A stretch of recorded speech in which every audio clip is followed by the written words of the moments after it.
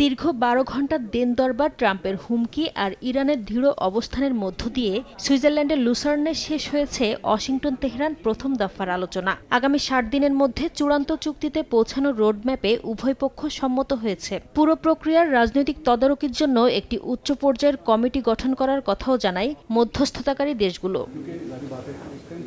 Lake Lucerne সম্মেলন নাম দেয়া এই আলোচনায় সবচেয়ে গুরুত্ব পায় লেবাননের সংঘাত বন্ধ এবং হরমুজ প্রণালী ইস্যু।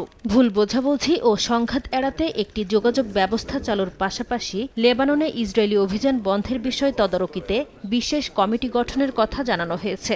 একই সঙ্গে পারমাণবিক ইস্যু, নিষেধাজ্ঞা প্রত্যাহার এবং বিরোধ নিষ্পত্তির বিষয়ে আলাদা কারিগরি দল কাজ করবে বলেও জানিয়েছে মধ্যস্থতাকারীরা। আলোচনায় অগ্রগতির কথা জানান ইরানের পররাষ্ট্রমন্ত্রী আব্বাস আরাকচি। বলেন, বৈঠকে লেবানন যুদ্ধ বন্ধের পথে বড় অগ্রগতি হয়েছে।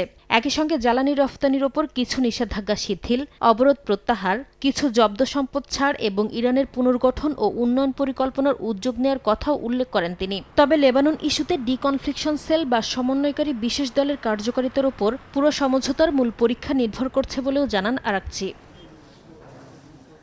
সুইজারল্যান্ডে নিজেদের কূটনৈতিক দলের কাজ আপাতত শেষ হওয়ার কথা জানিয়েছে ইরান। দেশটির পররাষ্ট্র মন্ত্রণালয়ের মুখপাত্র ইসমাইল বাঘাই বলেন, সমঝোতা স্মারকের কার্যকর বাস্তবায়নের জন্য প্রয়োজনীয় বিষয়গুলো নিয়ে এখন কারিগরি দলগুলো কাজ চালিয়ে যাবে।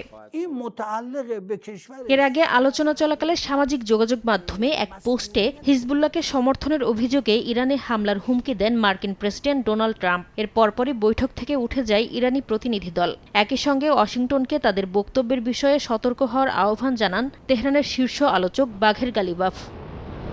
নাসরিন রুমি, সময় সংবাদ।